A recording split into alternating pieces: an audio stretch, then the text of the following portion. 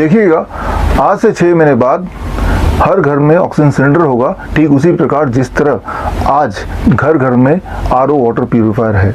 ये अचानक ये कौन सी बीमारी आ गई जहाँ पे लोग सांसों की कमी की वजह से परेशान हैं और ऑक्सीजन की कमी की वजह से लोगों की जान जा रही है। आप रोज अखबार में हेडलाइन में पढ़ते हैं कि ऑक्सीजन नहीं था, कुछ लोगों की जान चली गई। सवाल ये है कि अगर ऑक्सीजन होता तो क्या वो लोग आज जिंदा होते, या फिर जब ऑक्सीजन था तो क्या लोग मरते नहीं थे, या फिर ऑक्सीजन के रहते हुए क्या इंसान की जान नहीं जाती। आप ऑक्सीजन सिलेंडर के पीछे मत भागिए। अगर आप किसी की जान बचाना ही चाहते हैं तो आप सिर्फ 2 स्टेप कीजिए। Step 1, repositioning the patient to increase the capacity of lungs, and step 2, air flow को नॉर्मलाइज करना, जिसके लिए आपको सिर्फ खरीदना है इस तरह का छोटा फैन जो आपको कहीं से भी मिल जाएगा।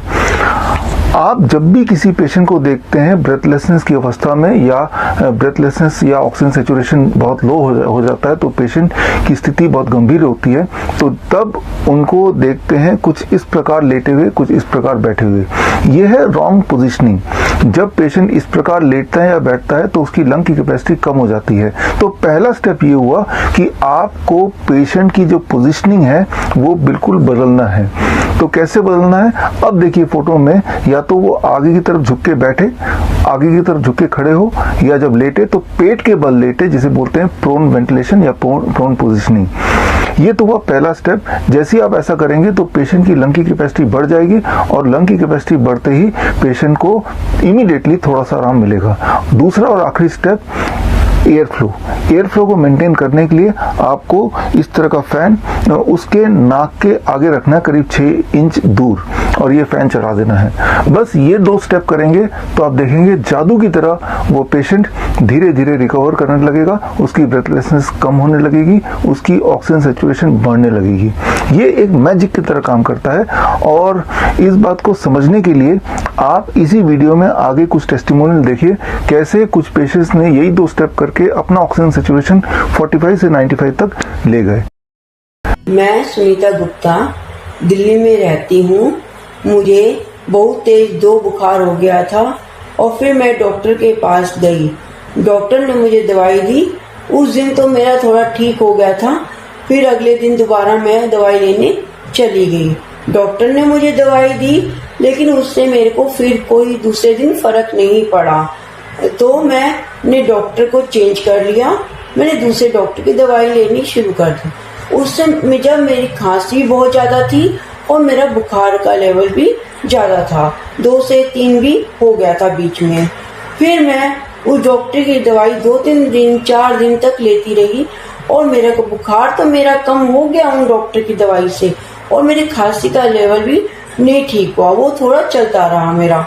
फिर मेरे को धीरे धीरे मेरे जब बुखार ठीक हो गया तो पता नहीं अचानक से मेरा ऑक्सीजन लेवल बिल्कुल 45 चला गया है। उससे क्या हुआ कि मेरे भैया को मेरी बिटिया ने फोन करा।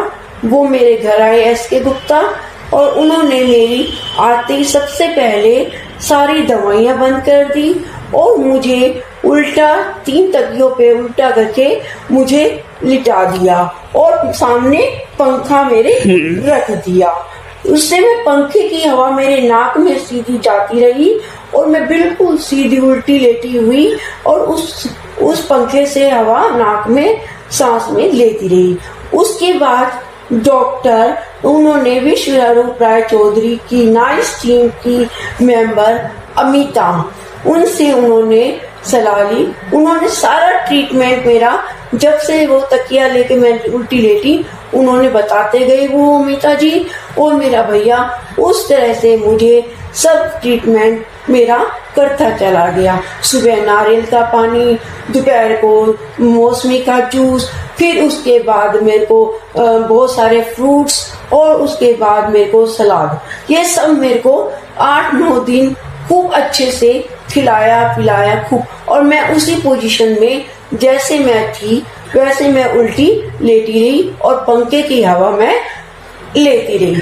पंखे की हवा ने और मेरे को जो डाइट चार्ट दिया गया, और मैं जो उल्टी लेटी थी, उससे मेरा ऑक्सीजन लेवल जो 45 था वो मेरा धीरे धीरे करके हर रोज 10, 5, 15, 10, 5, 15 करते करते बढ़ते बढ़ते आज मेरा 92, 90, 95 तक भी आ गया। आज मैं अमिता जी की वजह से बिल्कुल ठीक हूँ। अब मैं बोल भी पा रही हूँ और सबसे बात कर पा रही हूँ और बैठ पा रही हूँ।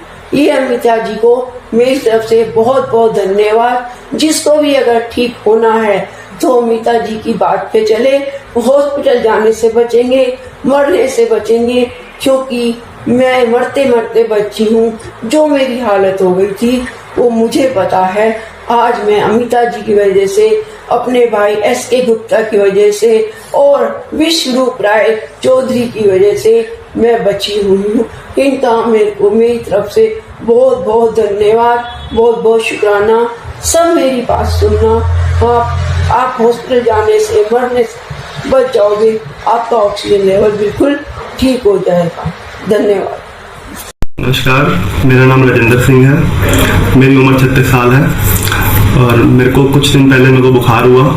उसके बाद में खांसी वगैरह हो गई। कुछ दिन पहले मेरे को इतनी ज़्यादा दिक्कत हो गई, मुझे सांस लेने में इतनी ज़्यादा तकलीफ हो गई कि मैं सांस भी सही से नहीं ले पा रहा था। तो मैं मेडिकल हॉस्पिटल गया तो वहाँ पे उन्होंने मेरा ऑक्सीजन लेवल चेक किया और जब ऑक्सीजन लेवल चेक किया तो 55 के आसपास था।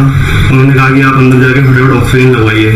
जब मैं वहाँ गया तो वहाँ पे जाके मैंने देखा कि मेरे आगे लाइन लगी थी, 3-4 पेशेंट थे और जब तक मेरा 1.5 घंटा मैंने इंतजार किया मगर मेरा नंबर नहीं आया। फिर मैं वहाँ से दूसरे हॉस्पिटल चला गया, मूलचंद चला गया। मूलचंद जाके पता किया तो वहाँ पे उन्होंने बोला कि ना हमारे पास बेड है और ना ही हमारे पास ऑक्सीजन गैस है। तो मैं वहाँ से उसी पोजीशन में वापस घर आ गया और घर आने के बाद में मैंने अपने फ्रेंड्स वगैरह को बता ही रखा था कि मेरे को बड़ी प्रॉब्लम हो रही है। तो मेरे फ्रेंड ने मेरे को सजेस्ट किया, डॉक्टर विश्वरूप राय चौधरी जी के बारे में बताया। उसके बाद में उनके एक डॉक्टर हैं, डॉक्टर हेमा सिंह हैं, उन्होंने मेरे को बताया, उन्होंने मेरे को पोन वेंटिलेशन के बारे में बताया और उन्होंने मेरे को बोला कि आप ऐसे ऐसे एक्सरसाइज कीजिए, इससे आपका ऑक्सीजन लेवल नॉर्मल हो जाएगा।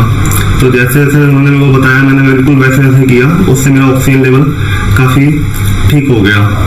उसके बाद में उन्होंने मेरे को बोला था कि आपने दवाई वगैरह कोई नहीं लेनी और मैंने बिल्कुल जैसे जैसे डॉक्टर ने मेरे को बोला मैंने बिल्कुल वैसे वैसे किया और उसके बाद में मैं आज लगभग 3-4 दिन के बाद मैं बिल्कुल नॉर्मल हो चुका हूँ और मेरी सांस लेने में भी अब मेरे को कोई परेशानी है मगर बहुत कम, ना के बराबर परेशानी है जी। बस थैंक यू। उम्मीद करता हूँ कि आप इस नॉलेज को यूज करेंगे ताकि हम किसी की जान बचा सकें। All the best. धन्यवाद। जय हिंद।